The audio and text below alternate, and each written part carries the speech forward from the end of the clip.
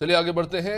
एक दिन पहले ही जो है मिल्कीपुर उपचुनाव को लेकर तारीख का ऐलान हो चुका है। 5 फरवरी को यहां पर मतदान होंगे। उपचुनाव के लिए लगातार राजनीतिक दलों की तैयारियां चल रही हैं। मिल्कीपुर सीट के लिए बीजेपी ने अपनी पूरी ताकत लगा दी है। बीजेपी के लिए मिल्कीपुर सीट अब एक प्रतिष्ठा का विषय बन चुका है। राज्य में बीजेपी की सरकार है और अयोध्या वो सीट, ऐसी वो सीट जिसको लेकर लगातार विपक्ष हमलावर रहा है बीजेपी पे। और अब जानकारी मिल रही है कि जल्द मुख्यमंत्री योगी भी मिल्कीपुर में जनसभाएं करेंगे।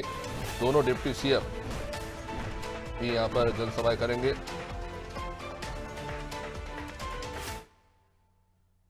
बीजेपी ने 6 मंत्री भी मिल्कीपुर में डटे हुए हैं लगातार वहां पर माहौल बनाने के लिए। अब जानकारी मिल रही है कि अयोध्या में संगठन का चुनाव भी इस कारण टाल दिया गया है। नीतीश मिश्रा हमारे साथ बने हुए हैं। नीतीश, मिल्कीपुर सीट बेहद महत्वपूर्ण बीजेपी के लिए, और हम जैसा कि देख रहे हैं कि लगातार वहां पर पार्टी के तमाम दिग्गज नेता माहौल बनाने में जुटे हुए हैं और अब तो संगठन के चुनाव भी उस क्षेत्र के टाल दिए गए हैं। पार्टी के अंदर खाने से क्या जानकारी आ रही है और इस वक्त मिल्कीपुर को लेकर क्या सियासत वहां देखने को मिल रही है?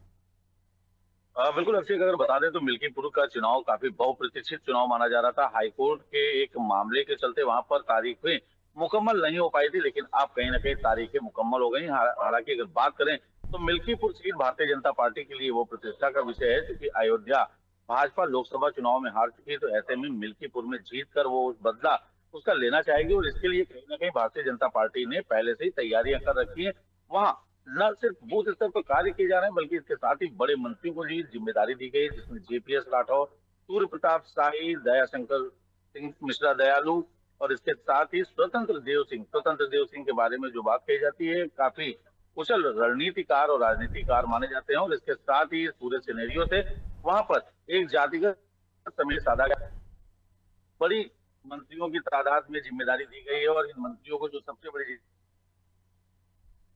जिम्मेदारी दी गई है कि वहां पर रहकर हालात का न सिर्फ जायजा लेंगे, बल्कि अभी वहां पर भारतीय जनता पार्टी ने अपना प्रत्याशी भी घोषित नहीं किया है। तो किस प्रकार के प्रत्याशी कि वहां लोगों को पसंद कौन आएगा, इसके लेकर भी जानकारी देंगे। उसके बाद ही प्रत्याशी का निर्धारण होगा। तो कहीं ना कहीं भारतीय जनता पार्टी काफी मेहनत करके, क्योंकि ये सीट प्रतिष्ठा का विषय बनी, इसके साथ ही दोनों डिप्टी सीएम वहां पर पहुंचेंगे और उसके बाद सीएम योगी की भी रैलियां संभावित है, प्रस्तावित हो जाएंगी, क्योंकि मिल्कीपुर से अब कहीं ना कहीं एक बड़ा संदेश बीजेपी देना चाह रही है। अभिषेक, जाए तो नीतीश बने रहिए हमारे साथ मिल्कीपुर सीट को लेकर।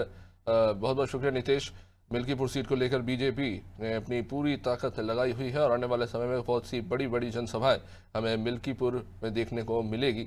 और जाहिर तौर पर जबरदस्त खींचतान यहाँ पर मिल्कीपुर सीट पर दोनों ही राजनीतिक दल समाजवादी पार्टी और बीजेपी के बीच। खैर प्रत्याशी अभी घोषित नहीं हुआ है, लेकिन देखना होगा कि बीजेपी किसे मिल्कीपुर से उतारती है।